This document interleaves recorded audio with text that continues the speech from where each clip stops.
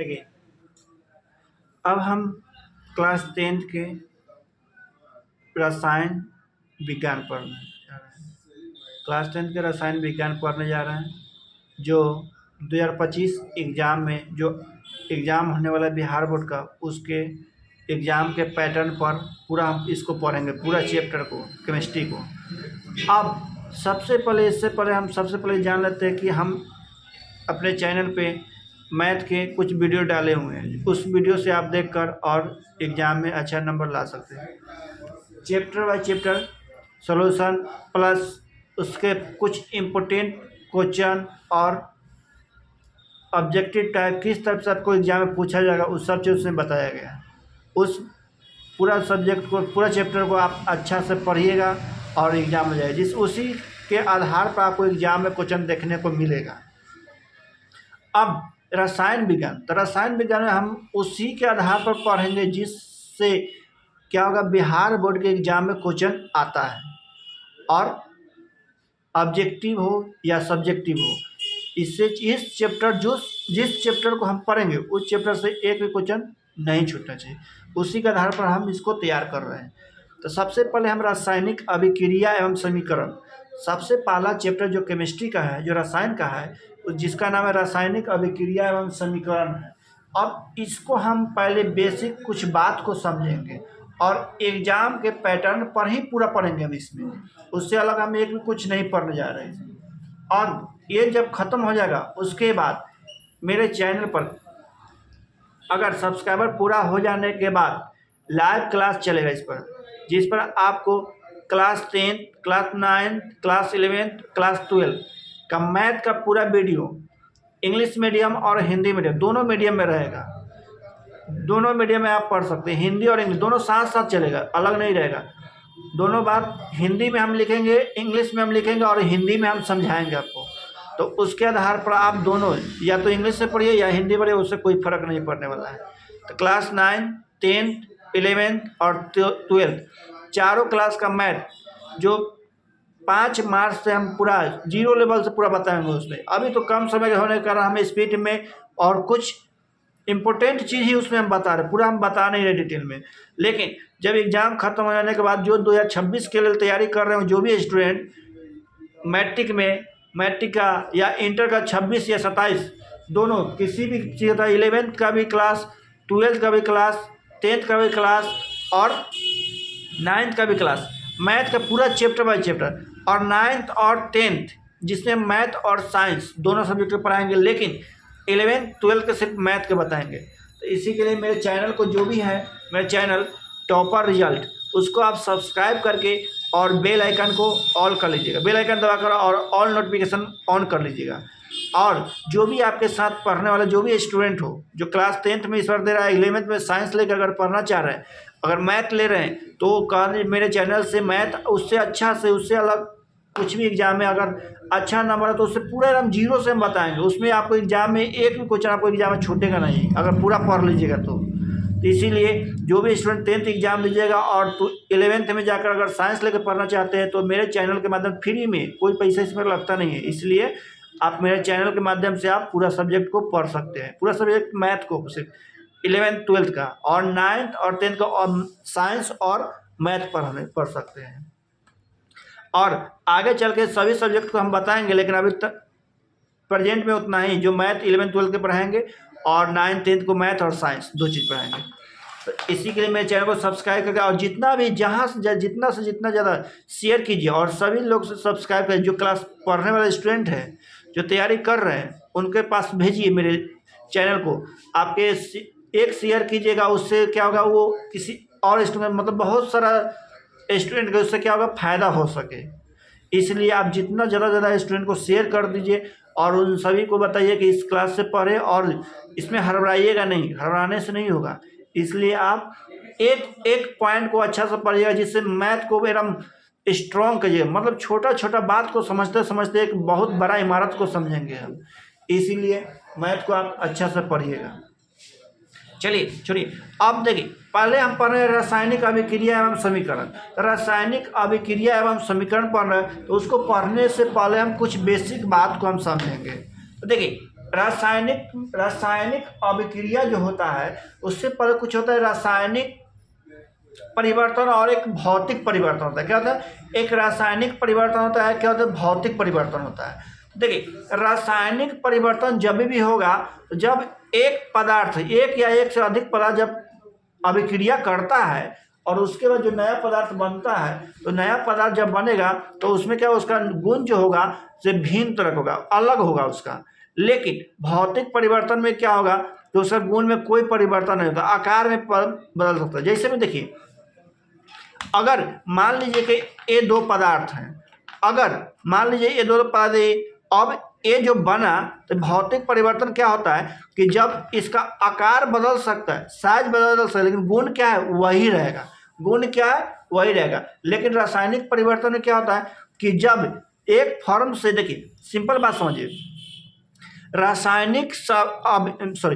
भौतिक परिवर्तन जो होता है वो क्या होता है, एक फॉर्म से दूसरे फॉर्म में होकर, जैसे देखिए ए से बी बन गया, क्या होगा, ये सब भौतिक परिवर्तन। ए से बी बनना है भौतिक परिवर्तन, और फिर बी से ए भी बन सकता है, ये क्या हो गया, भौतिक परिवर्तन हुआ। क्या हुआ, भौतिक परिवर्तन हो।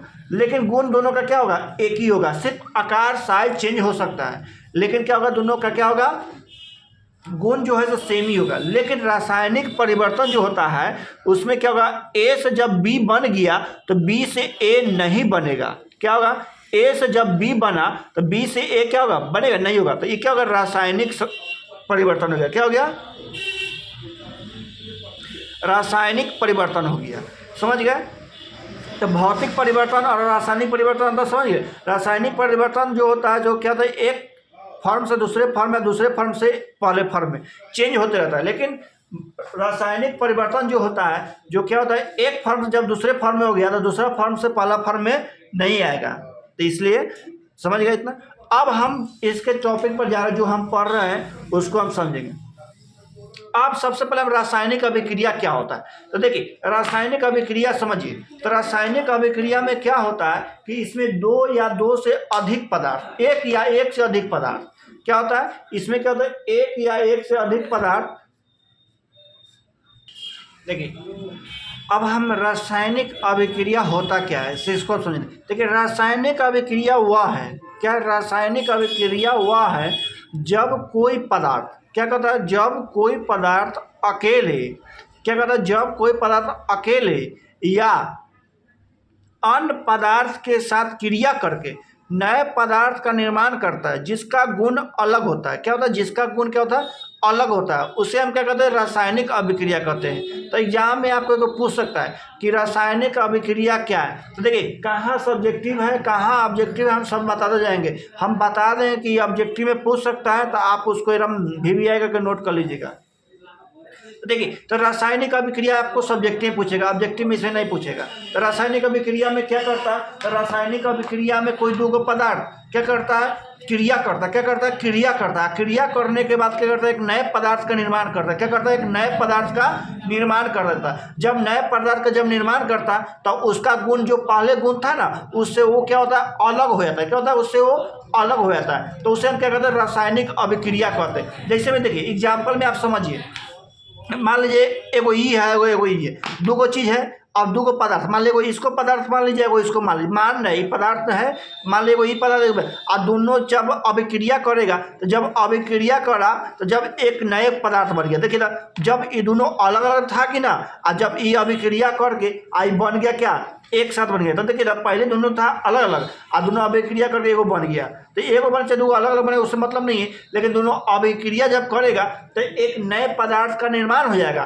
तो जब नए पदार्थ का जब निर्माण होगा तो उसका गुण अलग होगा। देखिए ना, यहाँ हाइड्रोजन और क्लोरीन, अब ये दोनों मिलकर अभिक्रिया कर रहा है, ये दोनों मिलकर अभिक्रिया कर रहा है। तो जब अभिक्रिया किया है तो अभिक्रिया करने के बाद 2HCl बन गया। क्या बना, 2HCl बन गया। तो इसको क्या हाइड्रोजन क्लोरीन कहा जाता है। क्या कहता है, हाइड्रोजन क्लोरीन में परिवर्तित हो गया। तो आप समझिए रासायनिक अभिक्रिया में क्या होता है कि रासायनिक अभिक्रिया दो पदार्थ भाग लेता है, और वो भाग लेने का उसके बाद क्रिया कर लेता है दोनों में अपने, और क्रिया करने का फिर नए पदार्थ का निर्माण कर दिया, और नए पदार्थ जब निर्माण किया तो उसका गुण अलग होता है। समझ गए बात। अब उसके बाद इसका कुछ एक और पॉइंट, ये आपको सब्जेक्टिव पूछेगा, ऑब्जेक्टिव में नहीं पूछेगा। तो आप याद रखिए, जब भी रासायनिक अभिक्रिया पूछेगा तो क्या रासायनिक अभिक्रिया वो है जिसमें एक कोई अकेले या उस अन्य पदार्थ के साथ क्रिया करके और नए पदार्थ का निर्माण जो करता है, जिसका गुण अलग होता है, उसे रासायनिक अभिक्रिया कहते हैं। बात समझ गया। अब इसके बाद एक और पॉइंट आएगा, एक होता है अभिकारक, एक होता है प्रतिफल, एक क्या होगा अभिकारक। तो एग्जाम में सब्जेक्टिव में भी पूछ सकता है और ऑब्जेक्टिव में भी अभिकारक के बारे में पूछ सकता है, उसके बारे में आप समझिएगा। तो देखिए ना, बात समझिए। देखिए अब हम रासायनिक अभिक्रिया पढ़ लिए, अब अभिकारक क्या है और प्रतिफल क्या है, अभिकारक क्या है और प्रतिफल क्या है, इसके बारे में हम समझते हैं। तो देखिए अभिकारक वह होता है जिसमें कोई पदार्थ भाग लेकर क्रिया करता है, वह अभिकारक कहलाता है। तो देखिए बात को समझिएगा। तो कह रहा है कि अभिकारक वह होता है, तो जैसे मैं देखिए था ये दो चीज था, अब ये दोनों क्या किया अभिक्रिया भाग लिया है। अब ये जब भाग ले रहा है तो इसको हम कहते हैं क्या अभिकारक कहेंगे। क्या कहेंगे इसको अभिकारक। तो कह रहा है कि अभिकारक वह होता है जिसमें कोई पदार्थ भाग लेकर क्रिया करता है, वह अभिकारक कहलाता है। तो देखिए जो पदार्थ भाग लेकर क्रिया करेगा उसको हम क्या कहते हैं अभिकारक। और प्रतिफल, प्रतिफल वह होता है जिसमें कोई पदार्थ भाग लेकर और क्रिया करने के बाद जो क्रिया, ये दोनों जब क्रिया करा तो एक नया पदार्थ ही बन गया। क्या हुआ, एक ही नया पदार्थ बना। जब ये दोनों अलग अलग था तो क्रिया कर रहा था, लेकिन जब ये दोनों क्रिया करने के बाद इस तरह एक साथ जब मिल गया तो क्रिया करने के बाद जो नया पदार्थ का निर्माण होता है वह प्रतिफल कराता है। क्या कराता है, वह प्रतिफल कराता है। बात समझिए। देखिए दो पदार्थ मान लो एक ए है और एक बी है। क्या है, एक ए है और एक बी है।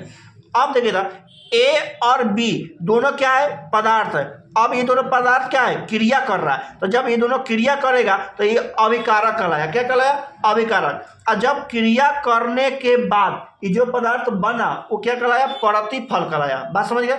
जब ये दो पदार्थ जब भाग ले रहा है तो अभिकारक होता है, और जब भाग लेने के बाद जो बनता है वो प्रतिफल होता है। बात समझ गए। तो देखिए एक एग्जाम्पल में समझ लीजिए।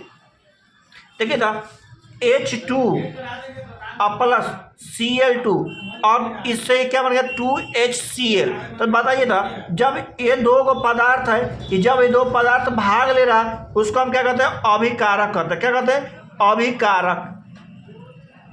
और जब अभिकारक ये दोनों क्रिया करने के बाद जब ये पदार्थ जब बन गया तो उसको प्रतिफल कहते हैं। बात समझ गए प्रतिफल। तो देखिए क्रिया करने के बाद जो बनता है नए पदार्थ उसको क्या कहते हैं प्रतिफल कहते हैं, और जो भाग लेता है उसको अभिकारक कहते हैं। देखिए अब रासायनिक अभिक्रिया कुछ विशेषता है। क्या है कुछ विशेषता। तो सभी विशेषता को हम थोड़ा थोड़ा समझ ले रहे हैं। देखिए जब रासायनिक अभिक्रिया करता है तो उसमें बहुत चीज़ का निर्माण होता है, नए नए पदार्थ का उसमें निर्माण होता है। तो उसमें जब निर्माण होता है तो उसमें क्या होता है कभी गैस की उत्पत्ति होगा, कभी अवक्षेप बनेगा, कभी रंग में परिवर्तन होगा, कभी तापमान में परिवर्तन होगा और कभी अवस्था में परिवर्तन होता है। तो इस सब चीज़ क्या होता है रासायनिक अभिक्रिया होने के बाद क्या होता है इसके कुछ विशेषता है। जब अभिक्रिया करता है तो कभी होगा कि गैस बन जाएगा, कभी होगा कि अवक्षेप बन जाएगा, मतलब अवक्षेप करने मतलब ठोस पदार्थ पृथक हो जाता है, और कभी होगा क्या रंग में परिवर्तन हो जाएगा, कभी क्या होगा ताप में परिवर्तन हो जाएगा, और कभी क्या हो जाएगा अवस्था में परिवर्तन होगा। तो इस सब चीज को आप ध्यान से समझिए क्योंकि इससे आपको ऑब्जेक्टिव एग्जाम में बनेगा। तो समझिए। देखिए आप समझिए रासायनिक अभिक्रिया की विशेषता में जो गैस की उत्पत्ति कैसे होता है। देखिए कुछ अभिक्रिया ऐसा होता है जिसको हम अभिक्रिया कराते जब है तो उसमें क्या होता है गैस उत्पन्न होता है। क्या होता है गैस उत्पन्न होता है। तो देखिए अभिक्रिया बहुत तरह का होता है, सब अलग अलग होता है। तो देखिए तो सबसे पहले हम गैस को उत्पत्ति कर कुछ विशेषता के बारे में हम पढ़ ले रहे हैं। तो देखिए कुछ अभिक्रिया जब ऐसा होता है जिसको अभिक्रिया कराते हैं तो उसमें क्या होता है गैस की उत्पत्ति होता है। तब पूछेगा एग्जाम में आपको कि रासायनिक अभिक्रिया का क्या क्या हो सकता है। गैस की उत्पत्ति भी हो सकता है, ठोस भी बन सकता है, बहुत तरह के, लेकिन सबको अलग अलग। पहले हम गैस की उत्पत्ति को पढ़ लेते हैं। तो देखिए जब दानेदार जस्ता मतलब कुछ जस्ता के दानेदार लेंगे, दाना मतलब इस तरह का दाना रहता है जस्ता का। अब उसको हम तनु हाइड्रोक्लोरिक अम्ल, तनु हाइड्रोक्लोरिक अम्ल या तनु सल्फ्यूरिक अम्ल दोनों के साथ किसी के साथ अगर अभिक्रिया दोनों को एक में डाल देते हैं और अभिक्रिया जब कराते हैं तो उसमें जो है ना हाइड्रोजन गैस का उत्पन्न होता है। क्या होता है? हाइड्रोजन गैस उत्पन्न होता है। तो आपको एग्जाम में पूछ देगा ऑब्जेक्टिव में कि जस्ता के साथ हाइड्रोलिक अम्ल या तनु सल्फ्यूरिक अम्ल के साथ अभिक्रिया करने पर कौन सी गैस उत्पन्न होती है? तो देखिए, तो हाइड्रोजन गैस उत्पन्न होती है। क्या होता है? Hydrogen gas. तो याद रखिएगा, जस से जस्ता और हाइड्रोजन तो हाइड्रोक्लोरिक। तो देखिए, जस्ता और हाइड्रो जब मिलता है तो हाइड्रोजन गैस उत्पन्न करता है। क्या करता है? हाइड्रोजन गैस उत्पन्न करता है। बात समझ गए? अब दूसरा अभिक्रिया हम किए थे सोडियम कार्बोनेट। तो एक बर्तन लेकर और उस प्रखनली लेकर उसमें क्या सोडियम कार्बोनेट है, उसमें क्या होगा? हाइड्रोक्लोरिक अम्ल डालते हैं तो उससे क्या होता है? तो देखिए, सोडियम कार्बोनेट में ना जब हम हाइड्रोक्लोरिक अम्ल डालेंगे तो उससे जो गैस उत्पन्न होता है वो कार्बन डाइऑक्साइड गैस होता है। बात समझ गए? तो आपको ऑब्जेक्टिव में पूछ सकता है कि सोडियम कार्बोनेट में जब हाइड्रोक्लोरिक अम्ल डालने पर कौन सा गैस उत्पन्न होता है? तो कार्बन डाइऑक्साइड गैस उत्पन्न होता है। बात समझ गए? तो दो गो ऑब्जेक्टिव इसमें बन सकता है आपको।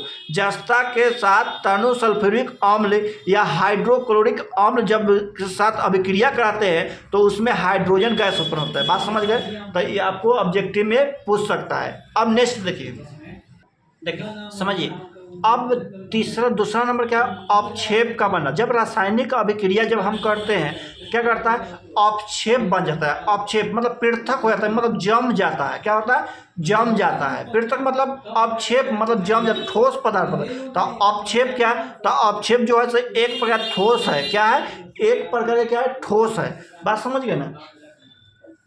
अब देखिए, रासायनिक अभिक्रिया जब होता है तो क्या होता है? इसके फलस्वरूप क्या होता है? एक पृथक हो जाता है। क्या होता है? पृथक हो जाता है। पृथक मतलब एक जगह जम जाता है। बात समझ गए ना?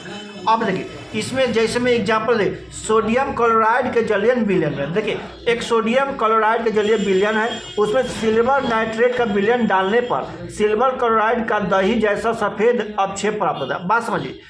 अब सोडियम क्लोराइड को जलीय विलयन सिल्वर नाइट्रेट जब डालते हैं तो वो विलयन तो सिल्वर क्लोराइड का पृथक सिल्वर क्लोराइड का दही जैसा सफ़ेद, मतलब ये जो होता है दही जो होता है ना, दही जैसा सफ़ेद होता है। सिल्वर क्लोराइड जो होगा वो दही जैसा सफ़ेद होगा और अपक्षेप मतलब ठोस प्राप्त होगा। क्या होगा? ठोस प्राप्त होगा। ठोस रहेगा वो चीज़। क्या होगा? ठोस रहेगा। सिल्वर क्लोराइड जो होगा ना ठोस रहेगा और वो कैसा होगा? तो दही जैसा उजला होगा। क्या होगा? दही जैसा सफ़ेद होगा। बात समझ गए ना? अब दूसरा नंबर, बोरियम क्लोराइड के जलीय विलयन में तनु सल्फ्यूरिक अम्ल डालने पर ये क्या होगा? तब बेरियम सल्फेट बनेगा। क्या बनेगा? Barium sulphate. अब ये जो होगा ये अभी क्या होगा? पृथक होगा, अपक्षेप बनेगा। क्या होगा? इससे अपक्षेप प्राप्त होगा। लेकिन ये कैसा होगा? तो दही जैसा सफ़ेद होगा। क्या होगा? दही जैसा सफ़ेद होगा। बात समझ गए ना? तो देखिए, सोडियम क्लोराइड के जलीय विलयन में सिल्वर जब नाइट्रेट जब डालते हैं तो सिल्वर क्लोराइड बनता है और जब सिल्वर क्लोराइड जब बनेगा तो ये होगा कैसा? तो ये ठोस होगा। क्या होगा? ये ठोस होगा और दही जैसा क्या होगा? सफ़ेद होगा। बात समझ गए ना?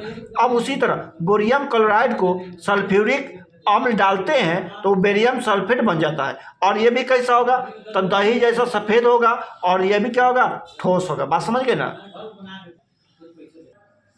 देखिए, अब समझिए, अब रंग में परिवर्तन कैसे होगा? तो देखिए, कुछ अभिक्रिया ऐसा होता है जब हम अभिक्रिया कराते हैं तो उसमें जो चेंजिंग हुआ उसमें रंग में चेंज होता है। क्या होता है? उसमें रंग में चेंज होता है। तो देखिए, जैसे में देखिए पोटेशियम परमैंगनेट के बैंगनी रंग। तो देखिए, पोटेशियम परमैंगनेट के बैंगनी रंग के विलयन है। क्या है? कि विलयन है। इसे थोड़ा थोड़ा करके नींबू, तो देखिए ना इसमें ना पोटेशियम परमैंगनेट के बैंगनी रंग के विलयन में नींबू के रस थोड़ा थोड़ा उसमें गाड़िएगा ना तो उसके विलयन के बैंगनी जो रंग होता है उसका बैंगनी रंग होगा वो क्या होगा? धीरे धीरे क्या होगा? गायब हो जाएगा। क्या होगा?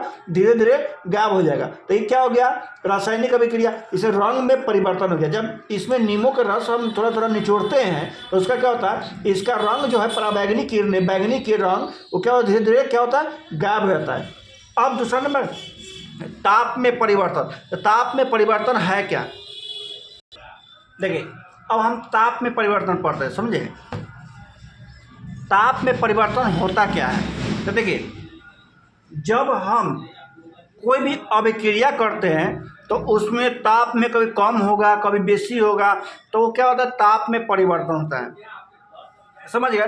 जैसे में देखिए आप एक काली चूना लीजिए, काली चूना जो होता है, चूना देखे हैं, जो चूना जो उसको काली चूना को आप पानी में डालिएगा तो वो देखिएगा धीरे धीरे क्या होगा, वो पर्याप्त ऊष्मा उससे प्राप्त होता है। देखिएगा उसमें धीरे धीरे प्राप्त ऊष्मा उसमें क्या होता है, प्राप्त होता है। और देखिएगा जब चूना उसमें रखिएगा तो पानी के अंदर जब चूना रखिए तो चूना क्या होगा, जब इतना पर चूना रहेगा तो बढ़ते बढ़ते क्या होगा, इतना तक हो जाएगा, समझे। और एक क्या इतना भाग क्या हो जाएगा, गर्म हो जाता है। तो क्या होता है इसमें जब ताप इसमें क्या होता है, बढ़ जाता है, क्या होता है, बढ़ता है। तो जब ताप इसमें बढ़ेगा तो इसमें क्या कहते हैं, जब ताप बढ़ता है तो उसमें उसको ऊष्मा छोपी कहते हैं, क्या कहते हैं, ऊष्मा छेपी कहते हैं, बात समझ गया। तो देखिए जब पानी में काली चूना जब आप डालिएगा तो उसमें क्या होता है, जब काली चूना डालिएगा तो उसमें क्या होता है, धीरे धीरे क्या होता है, ऊष्मा क्या होता है, ताप बढ़ते रहता है, क्या ताप बढ़ता है। तो जब वो ताप बढ़ेगा तो उसे क्या कहते हैं, हम ऊष्मा छेपी करते हैं, क्या कहते हैं, ऊष्मा छेपी करते हैं। और जब अगर पानी में अमोनियम क्लोराइड जब डालते हैं, जब पानी जल में अमोनियम क्लोराइड डालते हैं तो क्या होता है उसमें, देखिए समझिए। अब देखिए ताप में परिवर्तन, तो यदि काली चूना को जल में डालते हैं तो उसके पर्याप्त मात्रा क्या होता है, ऊष्मा उत्पन्न होता है, क्या होता है, ऊष्मा होता है, जिससे अभिक्रिया मिश्रण में ताप क्या होता है, बढ़ जाता है। इसमें क्या होता है, ताप क्या होता है, अभिक्रिया मिश्रण में बढ़ जाता है।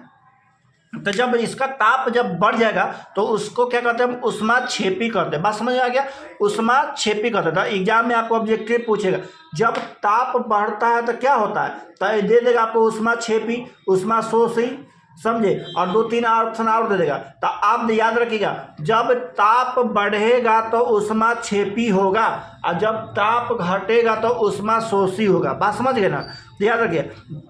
तब काली चूना जब चूना डालते हैं पानी में तो क्या होता है, उसमें क्या होता है, खड़कने लगता है। आप देखिएगा चूना डाल के पानी डालिएगा तब देखिएगा उसको क्या होता है, तो कुछ देर के बाद देखिएगा उसको उसमें मतलब उसमें धुआं लेकर ऊपर में निकलेगा और वो क्या गर्म हो जाता है। तो क्या उसको क्या कहते हैं, उसमें क्या हुआ, ताप बढ़ गया। उस अभिक्रिया मिश्रण में जब उसको मिलाए थे, जब वो मिश्रण अभिक्रिया का मिश्रण हुआ तो उसमें क्या हुआ, ताप बढ़ गया। तो जब ताप बढ़ गया तो उससे क्या कहते हैं, तो ऊष्मा छेपी कहते हैं। अब दूसरा एग्जाम्पल है अमोनियम क्लोराइड लेकर उसमें बेरियम हाइड्रोक्साइड पर विलयन डालने पर अभिक्रिया के फलस्वरूप जब वो अभिक्रिया करेगा तो अभिक्रिया के फलस्वरूप क्या, बेरियम क्लोराइड और अमोनिया एवं जल बनते हैं, बात समझ गए ना।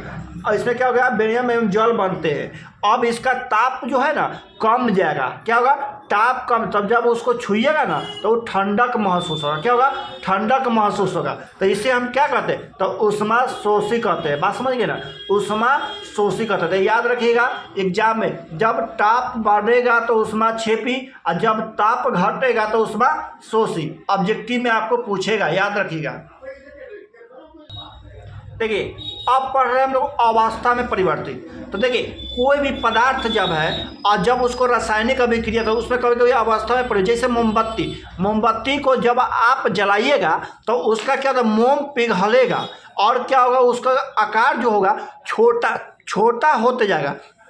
तो वो क्या हो गया, वो अभिक्रिया क्या किया, तो उसमें अभिक्रिया मिश्रण जो हुआ तो उसमें क्या हुआ, उसका साइज जो हो गया छोटा हो गया, बात समझ गए ना। तो ये सब कितना हम परिवर्तन बता, 5 परिवर्तन बता दिए आपको, 5 अभिक्रिया बता दिए, अभिक्रिया के रासायनिक 5 विशेषता हम बता दिए। एक रंग में परिवर्तन, एक अवस्था में परिवर्तन, एक ताप में परिवर्तन और एक अपक्षेप में परिवर्तन और एक क्या था, गैस में परिवर्तन। इस सभी को आपको परिभाषा देके आपको हम बता दें। अब इसमें ऑब्जेक्टिव क्या बनेगा, तो याद रखिएगा सबसे पहले ताप बढ़ता है तो उसे क्या कहते हैं, ऊष्मा छेपी, ताप घटेगा तो ऊष्मा शोषी। तो इस चीज समझ गए। अब रासायनिक अभिक्रिया सब बात हम आपको बता दिए, ऑब्जेक्टिव किस तरह बनेगा।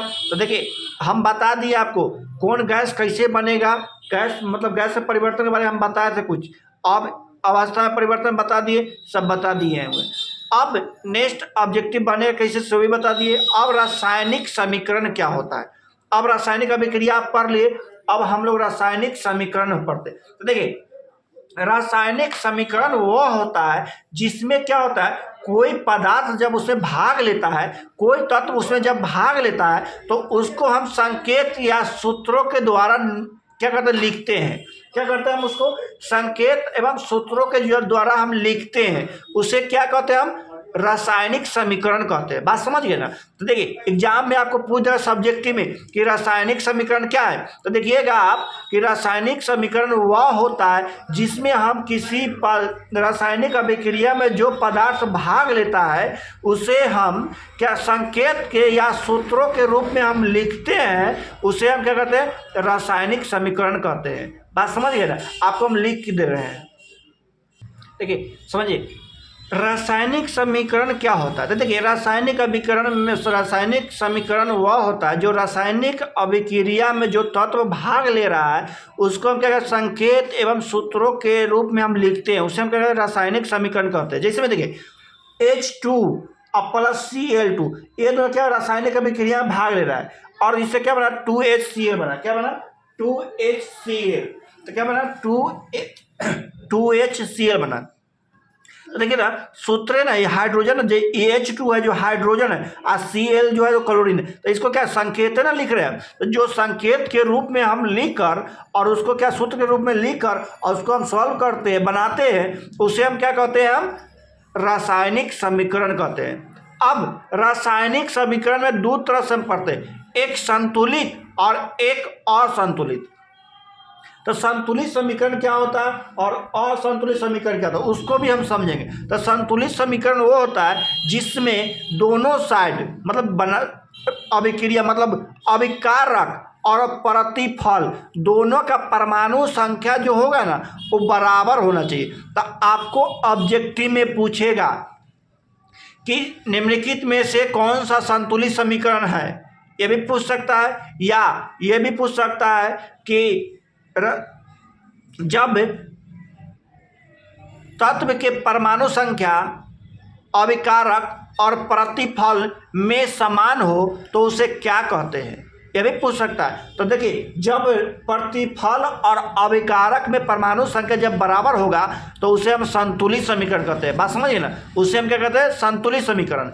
अगर अभिकारक और प्रतिफल में परमाणु संख्या अगर समान न हो तो उसे क्या कहते हैं, हम असंतुलित समीकरण कहते हैं। तो उसको आप पहचानिए कैसे। तो देखिए, आपको एग्जाम में ये भी समीकरण देके भी पूछ सकता है, क्या लगा, इसलिए देख लीजिए। तो देखिए ना, ये समीकरण संतुलित है कि असंतुलित। तो देखिए ना, यहाँ H का गो है, इधर 2 गो, इसमें Cl का गो है 2 गो, इधर देखिए तो बाहर में इस साइड में H का गो है तो इसमें भी 2 गो है, Cl का गो है तो 2 गो। तो दोनों वाले बराबर है, इधर भी 2 इधर भी 2। तो दोनों वाले जब हाइड्रोजन बराबर, इधर भी Cl2 इधर भी Cl2, तो दोनों वाले बराबर। तो जब दोनों वाले बराबर हो गया ना तो ये क्या हो गया, संतुलित हो गया। और जब यह चीज़ दोनों साइड बराबर अगर ना होगा तो असंतुलित समीकरण। तो बात समझ गए ना। तो संतुलित समीकरण वो होता है जिसमें परमाणु की संख्या प्रतिफल और अभिकारक में दोनों में बराबर होगा, समान होगा, उसे हम संतुलित समीकरण कहते हैं।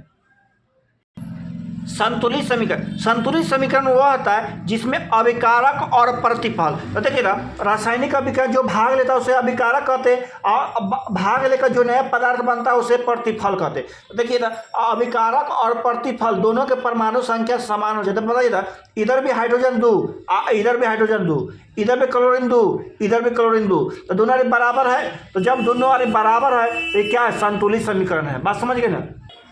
देखिए, अब असंतुलित समीकरण वह होता है जिसमें अभिकारक और प्रतिफल का परमाणु संख्या समान न हो।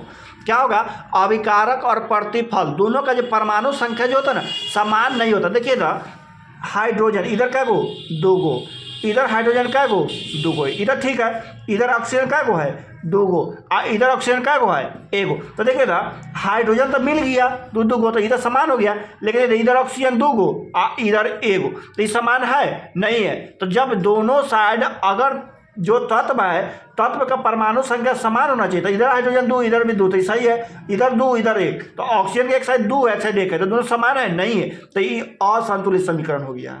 देखिए, अब हम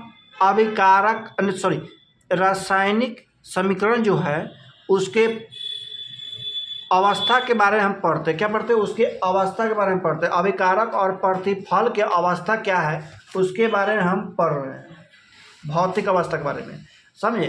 तो देखिए ना, कौन ठोस होता है, जब समीकरण कोई दे देगा और उससे पूछा कौन ठोस है, कौन गैस है, कौन द्रव है और कौन जलीय विलयन है, तो इसको हम पहचानेंगे कैसे? तो उसमें कुछ संकेत दे के लिख देता है, उसमें आपको पहचानना है। तो देखिए ना, अभिकारक एवं प्रतिफल की अवस्था के पहचानेंगे तो ठोस जो रहेगा उसके साइड में आपको एस लिख देगा, द्रव जो रहेगा उसके साइड में आपको आई लिख देगा, गैस जो रहेगा उसके सामने में जी लिखेगा और जलीय विलयन जो होगा उसके सामने में ए क्यू लिखेगा। क्या लिखेगा? ए क्यू। तो अब बताइए ना, इसमें से पहचानने के बोल रहा है कि इसमें कौन ठोस है, कौन द्रव है, कौन गैस है। तो देखिए ना, CaCO3 इसके बगल में क्या लिख दिया हुआ है? एस। तो बताइए ना, एस जो है ठोस के लिए, किसके लिए है? ठोस के लिए। तो ये जो पदार्थ है, ये जो तत्व है, ये क्या चीज? ठोस है, CaO। अब बताइए ना, इसके बगल में एस लिखा हुआ है, तो एस किसके लिए? ठोस के लिए। CO2 जो किसके लिए? तो देखिए जी लगा दिया है, तो जी किसके लिए है? गैस के लिए। तो आप बताइए इसमें बोले कौन ठोस है, कौन गैस है? तो ये ठोस हो गया, ये ठोस हो गया और ये क्या हो गया? गैस हो गया। उसी तरह यहाँ पर देखिए जिंक दिया हुआ है, इसके बगल में क्या लिखा हुआ है? एस। तो ये क्या ठोस है? H2SO4। AQ है, तो AQ जो होता है वो क्या? जलीय विलयन। AQ मतलब जलीय विलयन। बात समझ में आ गया ना? अब ZnSO4 AQ लिख दिया, तो ये भी क्या है? जलीय विलयन। H2 इसके बगल में G लिखा है, तो ये गैस हो गया। बात समझिए ना? तो इसके भौतिक अवस्था जब पहचानना होगा तो उसके बगल में, उसके दाईं ओर कुछ लिखल रहता है, जो दाएं ओर लिखल रहेगा उसी के अनुसार आप बता सकते। जब एस रहेगा तो ठोस, आई रहेगा तो द्रव और जी रहेगा तो गैस, ए क्यू रहेगा तो जलीय विलयन। देखिए समझिए, अब ऊष्माक्षेपी एवं ऊष्माशोषी अभिक्रिया के बारे में हम समझ रहे हैं। तो देखिए, जब भी कोई समीकरण देता है, जब भी कोई समीकरण देगा और समीकरण के दाईं ओर प्लस में ऊष्मा लिखा रहेगा तो वो हो गया क्या? ऊष्माक्षेपी होगा। क्या होगा? वो ऊष्माक्षेपी अभिक्रिया होगा। ऊष्माक्षेपी अभिक्रिया में ताप हमेशा क्या होता है? बढ़ता है। ऊष्माक्षेपी अभिक्रिया में ताप क्या होता है? अधिक होता है। ऊष्माक्षेपी अभिक्रिया का ताप अधिक होता है। तो आप बात समझिए, ऊष्माक्षेपी क्या होगा? तो ऊष्माक्षेपी अभिक्रिया वो होता है जो दाईं ओर प्लस ऊष्मा लिखा रहे, वो ऊष्माक्षेपी होगा। उसमें क्या होगा? उसमें ताप बढ़ता है। देखिए ना, C है और प्लस O2 है और तीर के साइड CO2। तो देखिए ना, इधर दायां है और इधर बायां है। तो देखिए दायां साइड प्लस ऊष्मा दिया हुआ है तो ऊष्माक्षेपी अभिक्रिया हो गया। क्या हो गया? ऊष्माक्षेपी अभिक्रिया हो गया। अगर वही चीज बाईं ओर प्लस ऊष्मा लिखा रहे तो क्या होगा? ऊष्माशोषी अभिक्रिया। और ऊष्माशोषी अभिक्रिया ताप कम होता है। क्या होता है? ताप कम होता है। तो बात समझिए था, देखिए ना, N2 प्लस O2 प्लस ऊष्मा, तो देखिए तीर से पहले है, तो जब बायां साइड ऊष्मा प्लस में है तो ऊष्मा शोषी होगा। बात समझिए ना, जब एग्जाम में आपको ऑब्जेक्टिव में इस तरह दे के आप बोलेगा कि ऊष्माक्षेपी है कि ऊष्माशोषी है, तो देखिए जब बाद तीर के पहले प्लस ऊष्मा रहेगा तो ऊष्मा शोषी होगा, अगर तीर के बाद अगर प्लस ऊष्मा होगा तो ऊष्माक्षेपी होगा। अगर ये मुझे इस तरह दे देगा, मुझे ताप घटता है कि बढ़ता है, तो इसमें ताप घटता है, घट इसमें कम होता है ताप, इसमें ताप अधिक होता है। बात समझ गए ना? देखिए समझिए, अब कह रहा है गैस के उत्सर्जन की जानकारी कैसे हम पता करें। देखिए कोई भी सूत्र देगा, कोई भी रासायनिक समीकरण सूत्र देगा और सूत्र के बाद क्या होगा? उसमें इस तरह के साइन दे देगा। क्या देगा? इस तरह का साइन। देखिए इस तरह से जब साइन देगा तो उसमें क्या होगा? गैस का उत्सर्जन होता है। क्या होता है? गैस का उत्सर्जन होता है। देखिए एग्जाम्पल में देखिए, Zn plus zinc plus H2SO4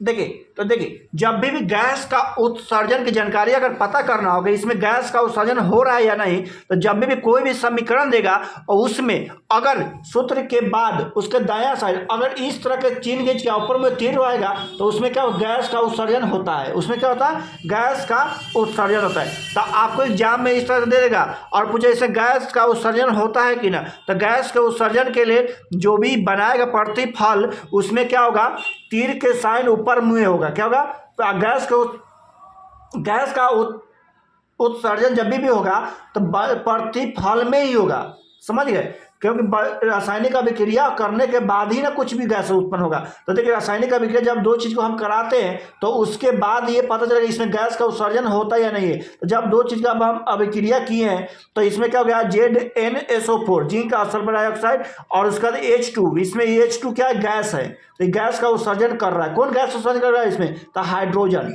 बात समझ गए ना, हाइड्रोक्लोरिक।